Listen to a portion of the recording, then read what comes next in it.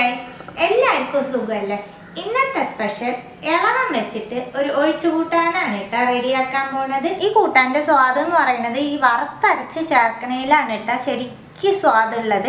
അഗ്രഹാരത്തിലെ സദ്യകളിൽ വിളമ്പുന്ന ഒരു ഒഴിച്ചുകൂട്ടാനാണ്. അതേപോലെ നമ്പീശന്മാരുടെ സദ്യയിലും ഈ കൂട്ടാൻ ഉണ്ടാവും കേട്ടോ. ചട്ടിയിലേക്ക് ഫസ്റ്റ് കുറച്ച് ഇളവൻ ഇട്ട് കൊടുക്കുന്നുണ്ട്. ഒരു സവോള, ഒരു തക്കാളി, 3 പച്ചമുളക്, കുറച്ച് വേപ്പില, കഷ്ണം വേവാനുള്ള വെള്ളം ഒഴിച്ചു കൊടുക്കുന്നുണ്ട്.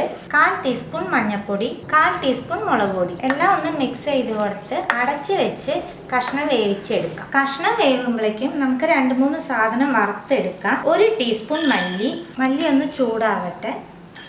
മല്ലി നല്ലോണം ചൂടാവുമ്പോൾ 5-6 കുരുമുളക് ചേർത്ത് കൊടുക്കണം. കുരുമുളക് ഇത്രേ പാടുള്ളൂ കേട്ടോ, കൂടാൻ പാടില്ല.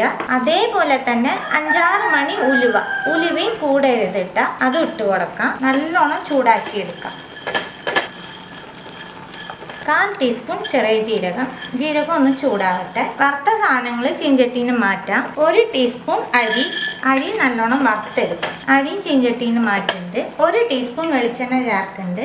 5-6 ചെറിയ ഉള്ളി, 1 ചുവന്ന മുളക്, കുറച്ച് വേപ്പില. ഉള്ളി നല്ല സോഫ്റ്റ് ആയിട്ട് ഫ്ലെയിം ഓഫ് ആക്കാം. ആദ്യം നമുക്ക് അരിയും മല്ലിയും കുരുമുളകും ഒക്കെ ഒന്ന് ചതച്ചെടുത്തിട്ട് വരാം. ചതച്ചെടുത്ത പൊടിയിലേക്ക് നമ്മൾ വാട്ടി വെച്ചേക്കണ ഉള്ളിയും മുളകും വേപ്പിലയും ചേർത്ത് കൊടുക്കുന്നുണ്ട്. കുറച്ച് വെള്ളം ചേർത്ത് ഫൈനായിട്ട് അരച്ചെടുക്കാം. കുറേശ്ശെ വെള്ളം ചേർത്ത് വറുത്തതൊക്കെ ഫൈനായിട്ട് അരച്ചെടുത്തിട്ടുണ്ട് കേട്ടോ. ഇപ്പൊ കഷ്ണം വെന്തു. നമുക്ക് അരച്ചത് ഇതിലേക്ക് ചേർത്ത് കൊടുക്കാം. ജാറ് കഴുകി ഒഴിക്കും. ഒന്ന് മിക്സ് ചെയ്ത് കൊടുക്കുക. കൂട്ടാൻ ആവശ്യമായിട്ടുള്ള ഉപ്പ് ചേർക്കുന്നുണ്ട്.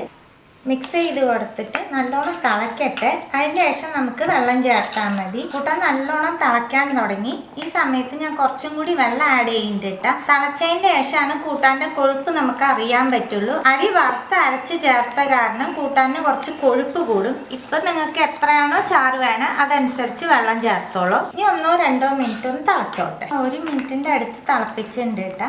ഇതിലേക്ക് കട്ടിയില്ല 1/4 കപ്പ് തേങ്ങാപ്പാലാണ് ചേർക്കണേ. തേങ്ങാപ്പാൽ ചേർത്തിട്ട് തിളക്കേണ്ട കേട്ടോ. ഒന്ന് മിക്സ് ചെയ്തിട്ട് ഫ്ലെയിം ഓഫ് ആക്കിയിട്ട് കൂട്ടാൻ വറുത്തിടാം. വറുത്തിടാനായിട്ട് 1 ടേബിൾ സ്പൂൺ വെളിച്ചെണ്ണ ചേർക്കുന്നുണ്ട്. എണ്ണയിലേക്ക് 1/2 ടീസ്പൂൺ കടുക്, 1/4 ടീസ്പൂൺ ചെറിയ ജീരകം, കുറച്ച് വേപ്പിലയും 2 ചുവന്ന മുളക് ഒന്ന് മിക്സ് ചെയ്ത് കൊടുത്തിട്ട് കൂട്ടാനിലേക്ക് ചേർത്ത് കൊടുക്കാം. എല്ലാം ഒന്ന് മിക്സ് ചെയ്യുന്നുണ്ട്. ഇത്രയേ ഉള്ളൂ കേട്ടോ. സിമ്പിളായിട്ട് റെഡിയാക്കാൻ പറ്റും. എല്ലാവരും ഇതുപോലെ ഒന്ന് ട്രൈ ചെയ്ത് നോക്കൂ. ട്രൈ ചെയ്ത് നിങ്ങളുടെ ഫീഡ്ബാക്കൊക്കെ അറിയിക്കുക. പുതിയൊരു റെസിപ്പി ആയിട്ട് അടുത്ത വീഡിയോയിൽ കാണാം. See you. Bye.